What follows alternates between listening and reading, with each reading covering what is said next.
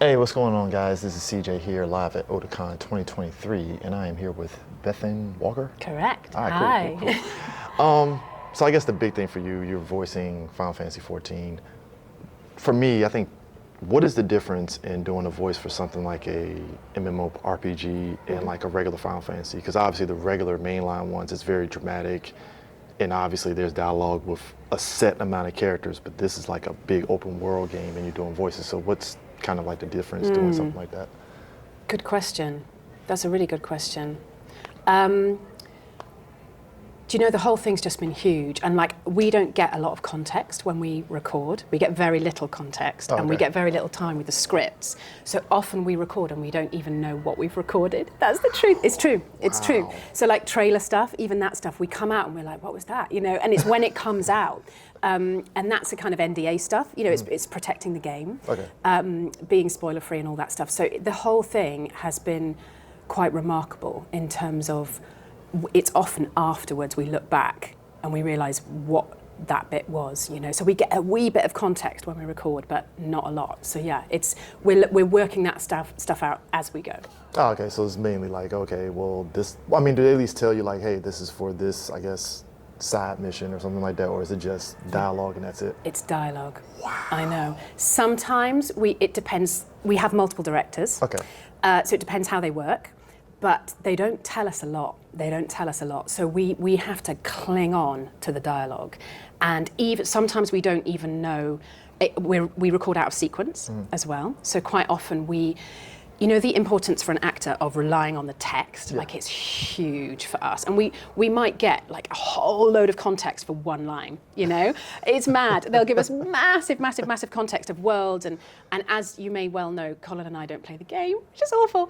But so we really rely on our directors to give us that support, you know? Oh, yeah. But yeah, that's something a lot of people don't know, is that we know very little about what exact part of the game we're recording. Is it kind of amazing, like even with you not knowing that, kind of seeing, especially for Final Fantasy 14, it thriving for the years it has been, is it kind of amazing seeing people still take to, whether it's you or any other voice actor kind of just doing that role? Yeah, I mean, it's huge. It's huge for us. And, you know, it's been 8 years or so, I think now, and we didn't know when we were cast how long we were going to be playing these roles, like whether it was months or, and I think that's part of the excitement of it actually, is that even the last thing I recorded, I don't, you know, spoiler free, we don't know how long this journey is. So the impact on us personally and professionally has been momentous. It's really changed our lives. I mean, just, you know, even with that, like the fans' reactions, I mean, have you gotten fans that particularly key in on your voice alone? Yeah, I do, and I've chosen to have quite a lot of contact with the fans. You know, that was a choice, and that's something that's come in more recent years. And it was actually after I started doing cons, I was like, do you know what? This means it means so much to people, and just occasionally, you know, we get people come up to us and they're like up to here with emotion, you know, and it means a lot to them. And often it's those parallels between their lives. Okay, yes, it's fantasy, but actually the emotion and the heart of it is the same, you know. So I get people coming up to me saying, you know, her courage, her determination, her strength, like that stuff has really spoken to me through really tough times. And that, it's amazing fuel as an actor when you go back into studio and you remember, especially those kind of poignant lines and moments that have touched us as actors, but then to hear that impact on other people, it just makes it all the more human, you know. Yeah, you being in the voice acting industry and stuff, how does that affect you with regards to, like, you know, obviously currently right now with the writer strike and the actor strike, how has that kind of affected you in terms of kind of, I guess, going about, even with just doing voice acting, how has that affected you? You know, my main job is to remain professional throughout all, and there's highs and lows within the industry, and I think just respecting those around you and listening to people who are way more experienced than me, that's been something I've really clung on to. And I've met some amazing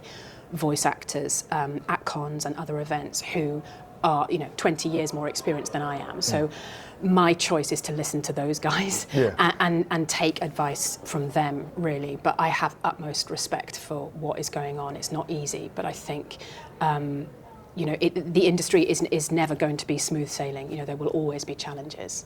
What's been the big thing for you, I guess your big takeaway going to doing the convention rounds and such? Here, the size of it is just so overwhelming. It is, the number of people but one of my favorite things is the one-to-one meets, when I get to meet people signing or even just walking around to see, the cosplay, the effort that people have put in. Everybody's traveled. It's such a sort of diverse, multicultural event. It's a beautiful thing to be part of. Yeah, lastly, I always ask this of people because, for us during the quarantine, it was always we're finding something to do. So during the quarantine, did you kind of keep yourself busy during that whole period of time? Yeah, I have 2 kids, so that kept me pretty busy. But yeah, I did choose, I got creative.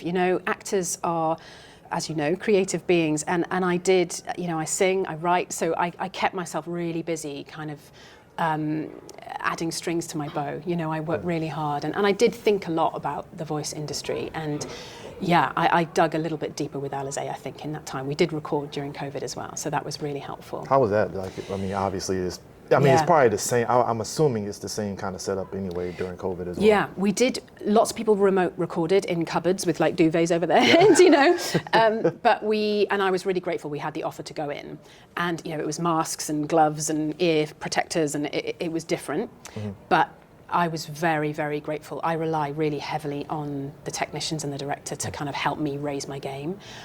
So being in the room was, even though it was COVID-tastic, it was really good to be in the studio. It's where I feel safest, behind the mic. Yeah, cool. Well, I appreciate you taking the time talking to us. Of course, and I guess, hey, folks, if you get a chance to play Final Fantasy XIV, great game, very addicting. I would say that. I would say so. Very addicting. So we will catch you guys later. Peace out.